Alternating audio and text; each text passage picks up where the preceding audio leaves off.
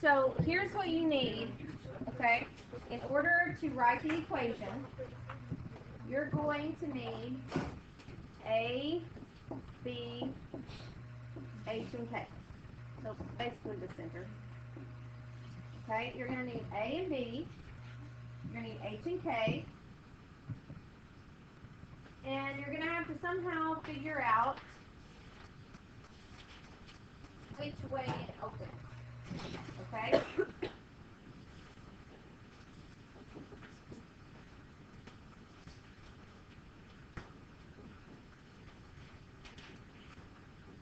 That's what you're going to need. So let me ask you a question. Because we can do some math to figure out A. We can do some math to figure out B and the center. How am I going to figure out which way it opens? Because, see, like on an ellipse, A is that first number, or is a bigger number, so that's not a big deal. An X squared is always first, and then there's Y squared. But on this one, I've got to know which way it opens, so I know if X comes first or Y comes first. So what are some ways that I can tell which way it's going to open? Whichever one's negative. Whichever one's negative? Okay, if I figure something out and I get a negative, that's going to tell me, right?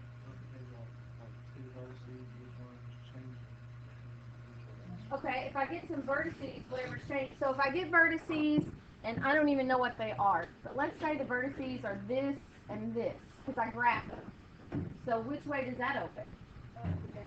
Do I even need to graph it? No, I know that's going to open up and down. So which one changes for this to go up and down? What value changed? The X or the Y? The Y changed? Okay. So if it goes, if they said one vertices here and one vertices right here, which way did that one open? Left and right. So which value changed for it to be left and right? X changed. Okay, so those are some of the things that you're going to have to look for. Those are some things you're going to look for when you're trying to figure out how am I going to write this equation. You're going to have to ask yourself some of these questions, because it doesn't just come out and say, oh, well, this is the left-right opening hyperbola with an A of this and B of that. You've got to figure some of this stuff out, okay? So, but this will be very helpful to you,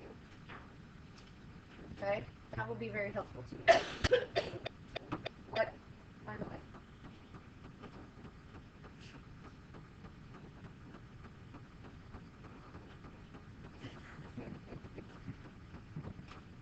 All right. I'm laughing at him circling the flag or something. Gold chain that says Bud Light. I have one I'll bring up. Sweet. Got it? Okay. So now, let me give you some information. So I have vertices.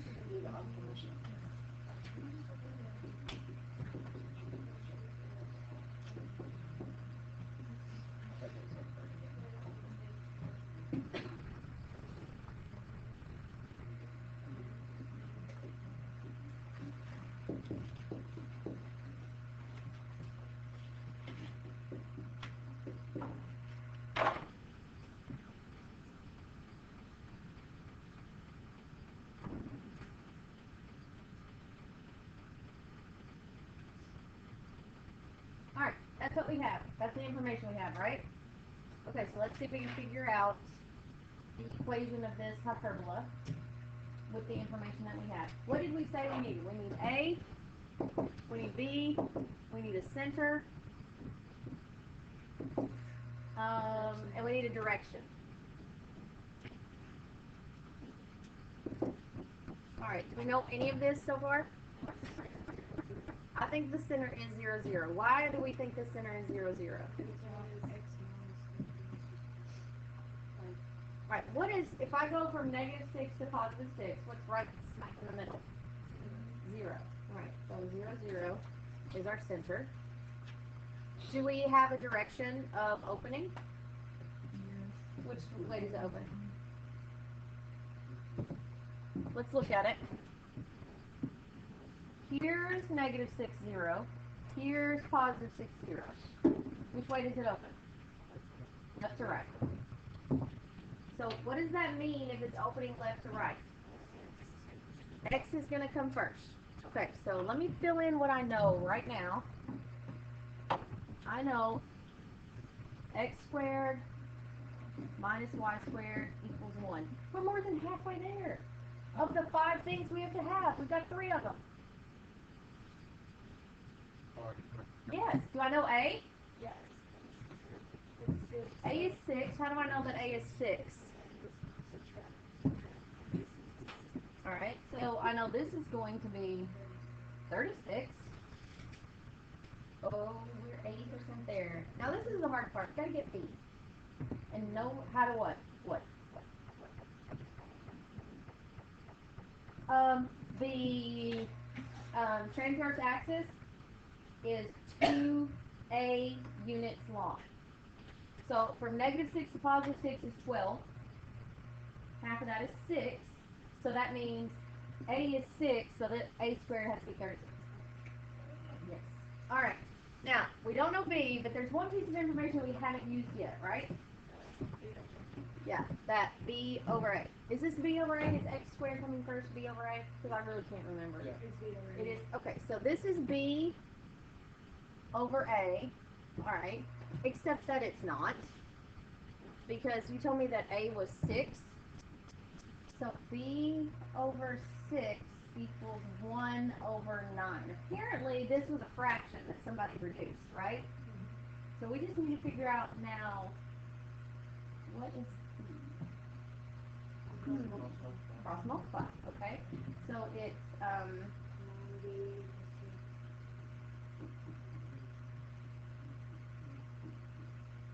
so B is 2/3.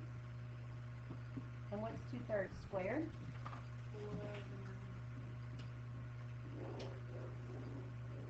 That's it.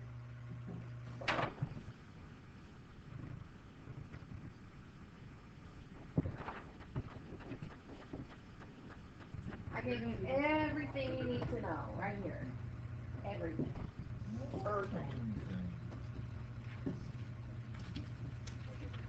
Everything you need is in this information. Let's talk about it. We need the center, A, B, and the direction. Oh, look, if I could have just written that, maybe I'll do A, B, center, direction. It's going to be A, B, C, D. That's what I do. Yeah. Those OCD people. We need A, we need B, we need the center, and we need the direction. Alright. What do we know so far? What can we figure out? 3. The center is 24. Yes.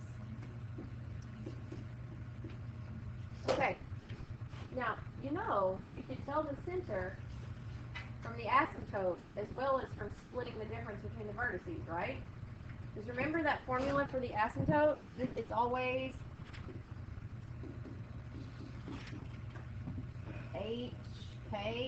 HK. What's in the middle of these 2 points? 3, 4. 3, 4. Next. What's A?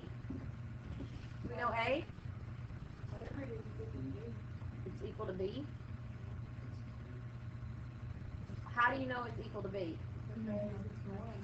Right, there's no fraction. What's the slope of the asymptote? 1. 1, right?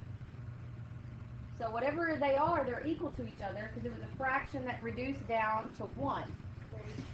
Does Does everybody see how that works? Yeah? Yeah? This is yes, I see how that works. This is no, I don't know what you're talking about. Does everybody see how that works? Yeah? Okay. So it's A and B are 2? How do you know that A is 2? Because 4 plus 2 and 4 minus 2. Okay. See, these are 4 units apart. From 2 to 6 is 4. And half of that is 2. So, see, that means that the whole axis is 4 units long. 2 this way from the center and 2 this way from the center. So A has to be 2.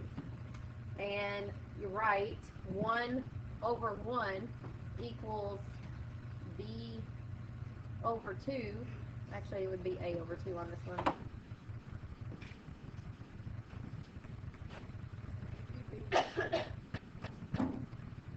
Is it B over A for the Y? Y is going to come first on this one. Is that B alright? Okay. No, don't say that. Oh my word. But you're trying to find the B, but then you want to don't. Yeah, so So it's you have 2 over B. yeah. Okay, so that's going to have to be 2. Alright, so let's write it out. Y is going to come first, so the direction is up and down. How do I know the direction's up and down? The Y changes, right. 3, 6 is here, 3, 2 is here. In order for that to happen, the Y is the one that's changed. So Y minus 4 squared over an X minus, what is it, 3 squared equals 1. And what do they both go over? Yes. Yes. Huh?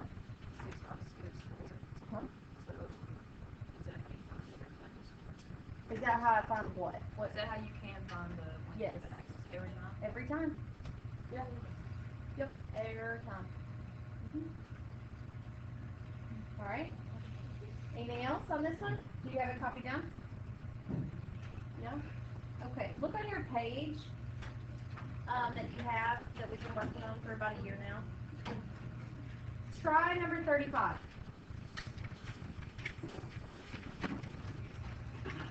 Try number 35.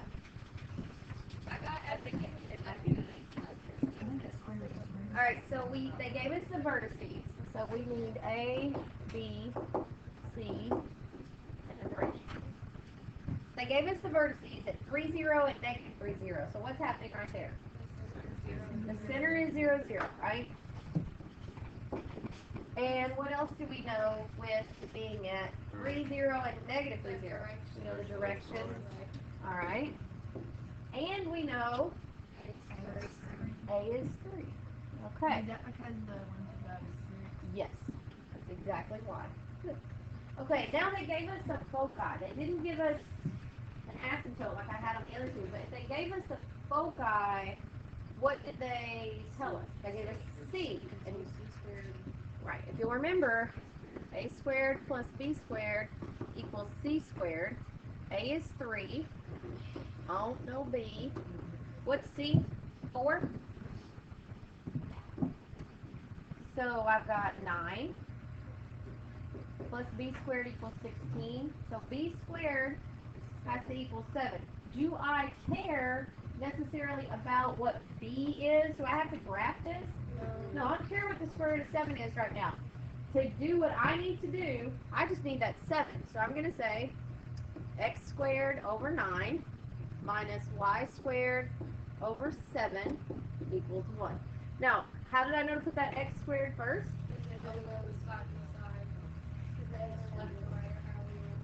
Exactly. The x is the one changing. Awesome. Okay. Great. You are ready. All right. So I want you to finish, I want you to go on to 46, and I want you to pay some special attention to 39 and 40. Those are the kind that passes through. Sometimes we have a little trouble with the passing through these points, but go ahead and try those two. Don't just completely skip them. You're like, I can't do those. At least give it an effort, okay? Try it and see what you can do with it. Start at 36 and go on to 46. And make an effort on the passing throughs.